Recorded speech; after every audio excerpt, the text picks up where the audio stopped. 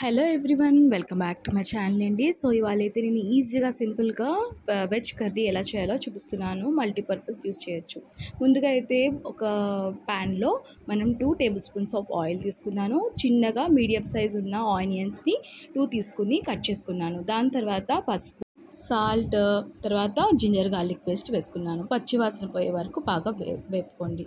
దాని తర్వాత క్యారెట్, ఒక హాఫ్ క్యారెట్ వేసుకున్నానండి. హాఫ్ ఏమో మనకి పొటాటో వేసుకున్నాను.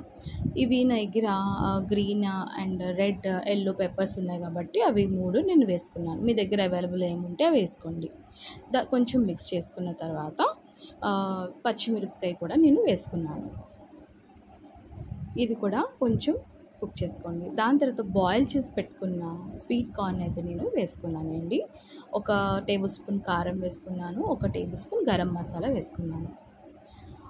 హాఫ్ వచ్చేసి వాటర్ వేసుకోండి. హాఫ్ గ్లాస్ వాటర్ వేసుకొని కొంచెం కలిపిన తర్వాత 3 విజిల్స్ వచ్చే వరకు పెట్టుకోండి. ఓపెన్ చేసి చూస్తే మనకి ఇలా అనేది కనిపిస్తుంది.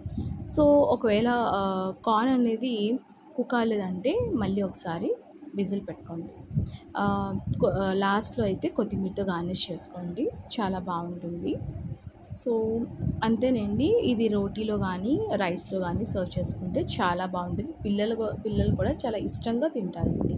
ఇలాంటివి కొత్తగా ట్రై చేసి పిల్లలకి ఫీడ్ చేయండి.